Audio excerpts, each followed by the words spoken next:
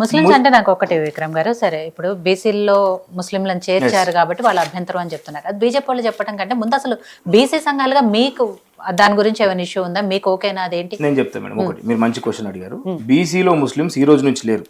1931 British వాళ్ళు caste census చేసినప్పటి నుంచి బీసీ ముస్లిం ఇక్కడ కాదు, గుజరాత్, మహారాష్ట్ర, బీహార్, ఆంధ్రప్రదేశ్ అన్ని రాష్ట్రాలలో ఉన్నారు. అయితే ఇంట్లో కూడా వచ్చేది పూర్తి స్థాయిలో పెద్ద ముస్లిమ్స్ కాదు, దూదేకులోళ్ళు, పింజరోళ్ళు, గొంతలు కుట్టుకునేటోళ్ళు, అత్యంత దుర్భర జీవితాలు గడిచేటోళ్ళు మాత్రమే ఈ జాబితాలో ఉన్నారు.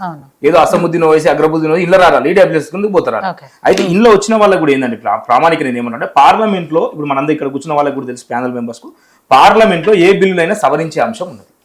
మీరు పార్లమెంట్ కు బిల్లు తెప్పించుకొని ఇగో ఏదైతే ఈ ముస్లింస్ ఉన్నారో ఈ ముస్లింస్ మేము పక్కకు పెడుతున్నాం వీళ్ళ అంశాన్ని, ఎందుకంటే సుప్రీంకోర్టు 4% అంశం కూడా సుప్రీంకోర్టులో కేసు ఉన్నది రాజశేఖర రెడ్డి గారు అప్పుడు కల్పించిన తర్వాత. ఈ ముస్లింస్ మేము పక్కకు పెడుతున్నాం, నిజంగా హిందూ బీసీలకు మేము 42% ఇస్తామని చేసేది 9th షెడ్యూల్ పెట్టండి. నీకు ప్రాబ్లం ఏది 9th షెడ్యూల్ పెడితే? మాకు చేయాలి కదా. ఇప్పుడు ఇన్ని అంశాలు, రోడ్ల రద్దు చేస్తారు, 370 అవుతుంది, 3 తలాక్ అవుతుంది, మా సోదరుడు చెప్పినట్టు ఇన్ని చేసినప్పుడు మా బీసీల అంశమే ఎందుకు ఇట్లా ఇంతగానో ఇబ్బంది పెడుతున్నారు మమ్మల్ని? ఇటు కేంద్ర రాష్ట్ర ప్రభుత్వాలు, సరే రాష్ట్ర ప్రభుత్వం మంచిదా చెడ్డదా వాళ్ళు చేసే పరిధిలో వాళ్ళు చేసి పంపిరు. ఇప్పుడు ఇంతకుముందు మన సోదరులు అన్నట్టు ఎంతసేపు చేయాలి, మరి ఎట్లా చేయాలి?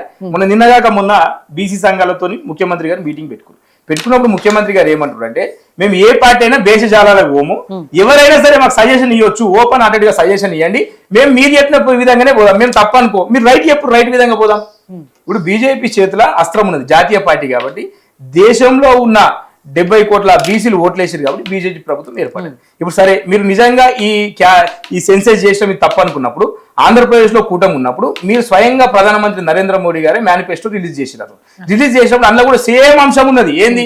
అక్కడ కూడా 22% ఉంది కాబట్టి మేము క్యాస్ట్ సెన్సెస్ చేస్తాం, దీన్ని ఖచ్చితంగా మేము ఇంత శాతం రిజర్వేషన్ ఇస్తామని అక్కడ చెప్పారు కదా. ఇప్పుడు నితీష్ కుమార్ గవర్నమెంట్ మీతోనే ఉంది కదా, వాళ్ళది కూడా సేమ్ ఇష్యూ కదా. మళ్ళీ ఇవన్నీ మీరు అడుగు ఎందుకు? అరే ఇలా ముస్లిమ్స్ ఉన్నారు తీసేసేయండి, ముస్లిమ్స్ కు మాకు సంబంధం లేదు, ఈ భారత ఒక చట్టం దాన్ని 103 సవరణ చేసి 105 సవరణ చేసి భారతదేశంలో ఉన్న ముస్లిమ్స్ కు రిజర్వేషన్స్ మేము ఇవ్వదలుచుకుని ఇయ్యము, ఓన్లీ హిందూ బీసీలకు ఇస్తామని ఎందుకు తెస్తలేరు మీరు? ముస్లిమ్స్ మాకు ఎందుకు బూచిగా చూపించి మా బీసీల బతుకులు ఆగం చేస్తున్నారు మీరు? మీకు ఏ రైట్ ఉంది? భారత రాజ్యాంగం కల్పించిన మా హక్కులను ఎందుకు గుంజ చేసుకుంటారు మీరు? ఇన్ కేస్ మీరు అన్నదే అనుకుంటే హిందూ బీసీలకు మాత్రమే చేస్తుంటే వాళ్ళు చేస్తా ఉంటున్నారు కదా కులగణన, ఆ చేసిన దాని ప్రాతిపదికన ఇస్తామంటారు. 2027 కులగణన చేస్తాడు ఒక మంత్రి అంటాడు, మీకు టీవీ క్లిప్ తో సహా ఉంది, క్యాస్ట్ సెన్సస్ చేస్తాం కానీ కులాల యొక్క వివరాలు మేము వెల్లడించాం, కొంచెం ప్రాబ్లం ఉంది అని. అరే ఎక్కడ ప్రాబ్లం ఉంటుంది మీకు? ఈడబ్ల్యూ చేయడానికి ప్రాబ్లం ఉండదు, ఇంకో బిల్లు చేయడానికి ప్రాబ్లం ఉండదు. ఇప్పుడు చేయండి, ఇప్పుడు ఏమైనా ప్రాబ్లం ఉందా? దేశవ్యాప్తంగా చేయండి, కులగణన చేయండి. 2027 ఎందుకు చేస్తారు? అప్పటిదాకా ఎంత నష్టపోతారు?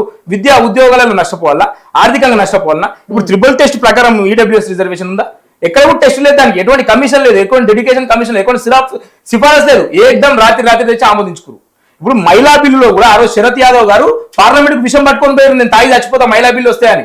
మహిళా బిల్లు అంటే మహిళలకు వ్యతిరేకం కాదు. ఆ రోజు బీసీ మహిళలకు ప్రాతినిధ్యం లేని మహిళా బిల్లు వద్దన్నారు. మళ్ళీ బీసీ మహిళలకు ఎందుకు ప్రాతినిధ్యం తెలియ? కనీసం హిందూ బీసీ మహిళలకి ఇలా ప్రాతినిధ్యం ఉందని రిజర్వేషన్ ఎందుకు తెలియ? అంటే బీసీల దగ్గరకు వచ్చే వరకే కోర్టులు గుర్తొస్తాయి, బీసీల దగ్గరకు వచ్చే వరకే చట్టాలు గుర్తొస్తాయి. మమ్మల్ని 9th షెడ్యూల్లో పెట్టడానికి బీజేపీకి ప్రాబ్లం ఏంది? పార్లమెంట్ లో సవరణ చేసుకోవచ్చు, మీరు ఎవరినైనా మేధావులను అనుకోని, సీనియర్ అడ్వకేట్లను అనుకోని. ఏ బిల్ అయినా డైరెక్ట్ పాస్ కాదు, ఎన్నో దాని అమెండ్మెంట్స్ చేంజ్ చేసుకోవచ్చు, సవరణలు చేసుకోవచ్చు. కాబట్టి బీజేపీ వాళ్ళకు ముస్లింస్ వద్దనుకుంటే క్లియర్ కట్ గా ఇగో ముస్లింస్ ఇంత శాతాన్ని పక్కకు పెడుతున్నాం, హిందూ బీసీలకు మేము 42% ఇవ్వదలుచుకున్నాం, లేదా వారి జనాభా దామశిక ప్రకారం ఇస్తామని ఎందుకు ఇస్తలేరు? దాంట్లో ఉన్న ప్రాబ్లం ఏంటి? ఇప్పుడు రాజాసింగ్ గారు మీకు వద్దు, అదేవిధంగా మా ఉప ప్రధాని ఆయన మీకు వద్దు, బండారు దత్తాత్రేయ మీకు వద్దు. నేను ఏమంటున్నా, నరేంద్ర మోడీ గారు బీసీ ముఖ్యమంత్రి అనౌన్స్ చేసినప్పుడు ఇదే ఎలిమినార్ స్టేడియంలో వేదికకి ధన్యవాదాలు చెప్పాము. మాకు ఏ పార్టీ కాదు, బీసీలకు మంచి చేసినప్పుడు మంచి అంటాం, చెడు చేసినప్పుడు చెడు కొట్లాడతాం ఖచ్చితంగా. మా సంఘం యొక్క మా బీసీల అభివృద్ధి కోసం 1000% ఏ పార్టీతో కొట్లాడే రైట్ మాకున్నది. మేము ఏమంటాం, ఇక్కడ బీసీల కోసం మీరు ఈ 11 సంవత్సరాల్లో చేసింది ఏమున్నది? మాకు మా బడ్జెట్ చూస్తే నవ్వుతారు. బీసీలకు వస్తే ఆశా చాక్లెట్ కూడా కాదు. మాకు ఇప్పుడు క్యాస్ట్ సెన్సస్ లేని వల్ల, ప్రత్యేక మంత్రిత్వ శాఖ లేనందువల్ల బీసీలకు ప్రత్యేక బడ్జెట్ లేదు, ప్రత్యేక ఎక్కడ కూడా మాకు ఇబ్బంది. మాకు కుర్చీ లేదు, ఢిల్లీలో పోయి ఎవరికి వినతి పత్రం ఇవ్వాలో కూడా మాకు తెలియదు. మాకు మంత్రి లేడు ఇంతవరకు. ఓ బీసీ మంత్రిత్వ శాఖ పెట్టి నీకు అడ్డు లేరు కదా. బేసిక్ కమిషన్ ఉన్నట్టుంది కదా. అది కమిషన్ ఏముంది మేడం, దానికి చట్టబద్ధత ఇచ్చారు, కమిషన్ సమస్య మాకు మంత్రి లేడు కదా, బీసీలకు మంత్రి లేడు, ఒక మంత్రి లేడు, మాకు మేము పోయి కృషి లేదు, మాకు ఢిల్లీలో వినతి పత్రం ఏమో మాకు తెలియదు. అయితే ఇప్పుడు మేడం బీజేపీ వాళ్ళది ఏంటి అంటే ముస్లిం బీసీలకు ఇవ్వమంటారు కదా, హిందూ బీసీలకు అయితే మీరు సానుకూలంగా ఉన్నారు కదా. అయితే కాంగ్రెస్ పార్టీగా మేము ఇప్పుడు డిమాండ్ కాదనుకోండి, రిక్వెస్ట్ అనుకోండి, తెలంగాణ నుంచి తెలుగు ప్రాంతం నుంచి మా బండారు దత్తాత్రేయ మీ వారే కదా, మీ పట్ల చేయండి ఉపరాష్ట్ర. ఆయన ఎందుకో ఆరోగ్య కారణాలు ఏవో చెప్పిండు కదా. మీకు నిజంగా బీసీల పైన సరే మీరు వ్యతిరేకిస్తున్న ముస్లిం బీసీలు వద్దు, కనీసం హిందూ బీసీలకు న్యాయం చేయాలని మీకు ఉంది, మాకుంది అని చెప్పడానికి మీరు మా బండారు దత్తాత్రేయ గారిని ఉప ప్రధానమంత్రిని చేసి మీ చిత్తశుద్ధి ఎందుకు చూపెట్టారు? సరే ప్రేమ్ గారు, ఇక్కడ బీజేపీ ద్వంద్వ వైఖరి అవలంబిస్తోంది అనేది, ఎందుకంటే అసెంబ్లీలో జరిగినప్పుడు మాత్రం ఇక్కడ బీజేపీకి సంబంధించిన ఎమ్మెల్యేలు మద్దతు తెలుపుతూ సంతకం చేశారు. బట్ కేంద్రంలోకి వచ్చేటప్పటికి ఎందుకు ఈ జాప్యం జరుగుతుంది? నిజంగా ముస్లింలను చేర్చడమే మీ అభ్యంతరం అయితే విక్రమ్ గారు అన్నట్టు ఎన్నో సవరణలు చేశారు, చాలా సంబంధించిన బిల్లుల్లో చాలా రకాల మార్పులు చేసి ఆమోదించుకున్నారు. అట్లాంటప్పుడు దీన్ని కూడా ఏదో ఒక సవరణలు చేసి 9th షెడ్యూల్లో చేర్చడమో ఇంకేదో చేసి బీసీలకు న్యాయం చేయొచ్చు కదా. ఎక్కడన్నా వ్యతిరేకించలే కదా. దేశవ్యాప్తంగా ఉండేటువంటి అంశం వేరు కాబట్టి రామచంద్రరావు కాదంటుండే కదా, 42% మీద మేము 9th షెడ్యూల్లో పెట్టలేమని చెప్తున్నాను. ఓపెన్ గా వ్యతిరేకించడం కాదు. మేమేమంటున్నాము, ఖచ్చితంగా చట్టపరమైనటువంటి విషయాలు ఉన్నప్పుడు కొంత ఆచితూచి చేసేటువంటి ప్రయత్నం, దాంట్లో ఏమాత్రం లేదు. మతపరమైనటువంటి రిజర్వేషన్లకు వ్యతిరేకం, అది మొదటి నుంచి చెప్తున్నాం. ఇప్పుడు కూడా అదే దానికి కట్టుబడి ఉన్నాం, ఏమాత్రం లేదు. ఇక బీసీలలో కూడా ఏం అన్యాయం జరుగుతుంది, ఎట్లా జరుగుతుంది, ఏం జరుగుతుంది అనేది మనం కళ్ళారా చూసినాం. రాష్ట్రాల పరిధికి వచ్చే వరకు ఒక్కొక్క రాష్ట్రంలో ఒక్కొక్క పరిధి ఉంటుందని గతంలో కూడా చెప్పినాం, ఇప్పుడు కూడా మళ్ళీ చెప్తున్నాను. ఖచ్చితంగా భారతీయ జనతా పార్టీ బీసీల పక్షాన దాంట్లో ఏమాత్రం సందేహం లేదు. ఈ ఈడబ్ల్యూఎస్ రిజర్వేషన్ మీద అంటారు ప్రత్యేకమైనటువంటి చర్చ పెట్టండి, ఎవరెవరు వస్తారు, ఎంతమంది వస్తారు, నేను మొత్తం మెటీరియల్ తీసుకొని వస్తాను. ఇప్పటి వరకు 2014 నుంచి ఇప్పటి వరకు దాని మీద పొట్టినట్టు లబ్ధి ఎంతమంది పొందిరు, 19 రిజర్వేషన్లు 19 వరకు ఎంతమంది లబ్ధి పొందిరు, అసలు రిజర్వేషన్లు ఎంత వచ్చినాయి, ఆ రిజర్వేషన్ యొక్క నిష్పత్తి ఎంతమంది పూర్తి డాటా తీసుకొని మీ దగ్గరకు వచ్చి కూర్చుంటాం. దాంట్లో ఏం ఆడతాం, అది ఆర్థిక పరమైనటువంటి అంశం వేరు, సామాజిక పరమైనటువంటి అంశాలు వేరు. దీన్ని చేయాల్సిన అవసరం లేదు. పదే ఒకటి ఈడబ్ల్యూఎస్ రిజర్వేషన్ మీద గతంలో బీసీ నాయకులు చాలా మంది కూడా వ్యతిరేకంగా మాట్లాడారు. దాని తర్వాత వాళ్ళకు కూడా అర్థమైంది, దీనిలో లోతుగా చూసినప్పుడు అదే దీంట్లో అది లేదు అనే అంశం ఉన్న తర్వాత ఆర్ కృష్ణ సొంటలు కూడా దాని మీద కొంత ఆలోచించి మాట్లాడిన దాఖలాలు చాలా మంది ఉన్నాయి. ఇలా మేము ఒకటే అంటున్నాం, ఈడబ్ల్యూఎస్ అనేటువంటి అంశం వేరు, ఈ రిజర్వేషన్ అంశం వేరు. దీనికి పొంతలు లేనటువంటి సమాధానాలు అవసరం లేదు. ఖచ్చితంగా బీజేపీ భారతీయ జనతా పార్టీ బీసీల పక్షాన ఉంది, దాంట్లో ఏమాత్రం లేదు. కేంద్రం నేను అడిగింది ఇక్కడ ఎమ్మెల్యేలు మరి అసెంబ్లీలో ఎట్లా మద్దతు ఇచ్చుకుంటూ సైన్ చేశారు అని అయితే కాదని ఎక్కడ అంటలే కదా. సరే మాట్లాడినప్పుడు కాదని అంటారు కదా, ఇప్పుడు ముస్లింలను చేర్చడం మాకు అభ్యంతరము అని అంటున్నారు. మా అధ్యక్షులు ఇప్పుడు ఎవరైతే మా అధ్యక్షులు ఉన్నారో రామచంద్రరావు గారు, వారు వృత్తిరీత్యా న్యాయవాది కాబట్టి చట్టపరమైనటువంటి లొసుగులు వచ్చేటువంటి ప్రమాదం ఉందనే దృష్ట్యా వాళ్ళు చెప్పుకుంటూ ఉండొచ్చు. ఎందుకంటే న్యాయపరమైనటువంటి ఆంక్షలు ఉన్నాయి. దాన్ని రాష్ట్రంలో మతపరమైన రిజర్వేషన్లు ఒప్పుకోమని చెప్తున్నారు. అయితే రాష్ట్ర పరిధిలో ఉన్నటువంటి అంశాలని చాలా జోడించి దాన్ని కూర్చొని చట్టపరమైనటువంటి సమస్యలు ఏం రాకుండా కూర్చొని మాట్లాడేటువంటి పరిస్థితి ఉంటే తప్పకుండా స్వాగతిస్తారు, దాంట్లో ఏమాత్రం సందేహం లేదు. మరొకసారి రాష్ట్ర ప్రభుత్వంని ఒకసారి అన్ని రాజకీయ పార్టీలతో కూర్చొని అసలు జరుగుతున్నటువంటి విషయం ఏంది, కేంద్రం ఎందుకు వెనకడుగు చేస్తుంది, దాంట్లో ఉన్నటువంటి అంశాలు ఏమున్నాయి అనేది పూర్తి స్థాయిలో మాట్లాడమనండి. పదే పోయినప్పుడు ప్రతిసారి భారతీయ జనతా పార్టీ నాయకులు మోడీ గారు కానీ కూడా దానికి సంబంధించినటువంటి అందరూ వాళ్ళు ఏ అంశం మీద వచ్చినా కానీ అక్కడ ఉన్నటువంటి కేబినెట్ మంత్రులందరూ పూర్తి స్థాయిలో సహకరిస్తున్న అంశం ఆ పార్టీకి సంబంధించిన ముఖ్యమంత్రి గారే పలు సందర్భాల్లో చెప్పారు. దీని మీద కూడా స్వాగతిస్తాం, దాన్ని ఇంకా ఎక్కడ కూడా చర్చ రాలేదు. సరే ఆయన న్యాయపరమైనటువంటి చిక్కులు వస్తాయని చెప్పి పెట్టము అని అన్నారా, నేను అది ఇప్పుడు వీరు చెప్పిన తర్వాతనే ఆర్టికల్ చూసినా, నేను ఎక్కడ చూడలేదు. మీరు చాలా రకాల సవరణలు చేసి తీసుకొచ్చిన ఈడబ్ల్యూఎస్ లోనో ఇంకో దాంట్లోనో రాని న్యాయపరమైన చిక్కులు ఓన్లీ బీసీలకు సంబంధించిన రిజర్వేషన్ అంశాల్లో మాత్రమే ఎందుకు వస్తాయి అనుకుంటున్నారు అంటున్నారు. ఓకే, ఇది వెలుగు పత్రికలు వచ్చింది, నేను టీవీ లైవ్ లో కూడా మాట్లాడినాను.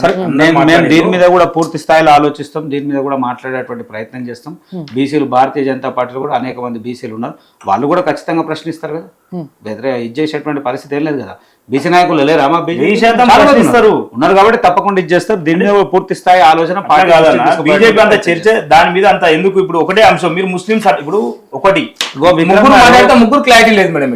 ఇప్పుడు మా బండి సంజయ్ మాట ముస్లిం తీసేయమాట, సరే మీకు నచ్చకు తీసేసి సవరణ చేస్తారు, మీ చేతుల్లో సవరణ చేసేది.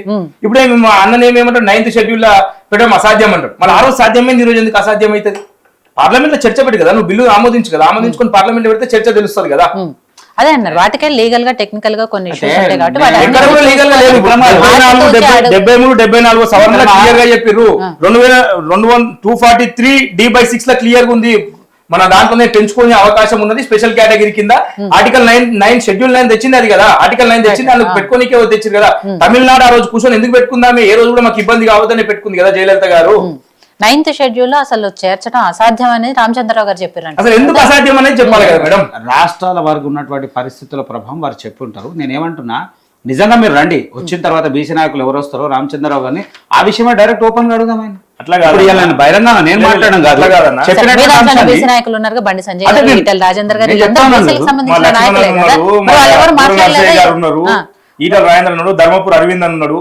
ఈయన వచ్చిన బాధ ఏంటంటే మేడం, ఒకరి మీద ఒకరు వేసుకుంటారు ఈ పార్టీలు తప్ప ఒరిజినల్ గా బీసీలకు ఏం కావాలని చేసే ప్రయత్నం లేదు.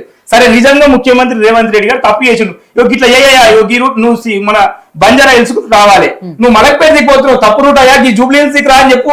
ఎవరు చెప్తారో చెప్తా. అది చెప్పకుండా నువ్వు 12 తప్పు చేసినావు, నువ్వు 13 ఇందిరాగాంధీ అప్పుడు బతుకుండే, రాహుల్ గాంధీ ఇప్పుడు తేలుతుంది. అది కాదు కదా, రాహుల్ గాంధీ ఏమన్నాడు, మా గతంలో ఎన్నో పొరపాట్లు జరిగినాయి, మేము ఇప్పుడు ఈ 50% సీలింగ్ కూడా ఎత్తేస్తా అంటున్నాయి. గొప్ప మాట. భారత చరిత్రలో 50% సీలింగ్ తీసేసి ప్రతి ఒక్కరికి న్యాయం జరిగే విధంగా చూస్తా అంటుండు. మేము దానికైనా అభినందన తెలిపినాం కదా. ఈ క్యాన్సర్ షేప్ మేము కాంగ్రెస్ పార్టీ కొట్లాడి చేయించినాం కదా. ఈరోజు ముఖ్యమంత్రి కూడా నాకు శశపేశాలు లేవు, నేను చరిత్రలో ఎన్టీ రామారావు గారు నిలిచిపోయినట్టు నాకు ఒకటే, నేను ముఖ్యమంత్రి మళ్ళా ముఖ్యమంత్రి ప్రధానమంత్రి నాకు ఇంట్రెస్ట్ లేదు, బీసీలకు ఎన్టీ రామారావు ఎట్లా నిలిచిపోయింది నేను అట్లా నిలిచిపోతాను మాత్రం స్వయంగా చెప్పింది కదా. ఆయన ఓపెన్ గా అంటుడు బీజేపీ పార్టీకి ఇగో ఏ విధంగా చేసి పంపాలో చెప్పుది, మీరు ఎట్లా రాసి పంపమంటే అట్లా రాసి బిల్లు పంపిస్తే మీరు ఆమోదించు అంటున్నాయి. అదే రేవంత్ రెడ్డి గారు మళ్ళీ కాంగ్రెస్ పార్టీ వస్తే బీసీని ముఖ్యమంత్రి చేస్తామని చెప్పట్లేదు కదా, ఆయనే ముఖ్యమంత్రిగా ఉంటాను. మహేష్ కుమార్ గౌడ్ గారు రేవంత్ రెడ్డి గారు మీరు రేవంత్ రెడ్డి గారు చెప్పారు కదా. ఇప్పుడు అట్లానే భారతీయ జనతా పార్టీ చేస్తాను కనీసం ఇప్పుడు ప్రధాన ప్రతిపక్ష నేత కూడా ఇవ్వలేదు కదా, కాంగ్రెస్ పార్టీలోకి వచ్చిన మహేశ్వర్ రెడ్డికి ఇచ్చారు కదా, కనీసం రాష్ట్ర అధ్యక్షుడు కూడా ఇవ్వలేదు కదా. మళ్ళా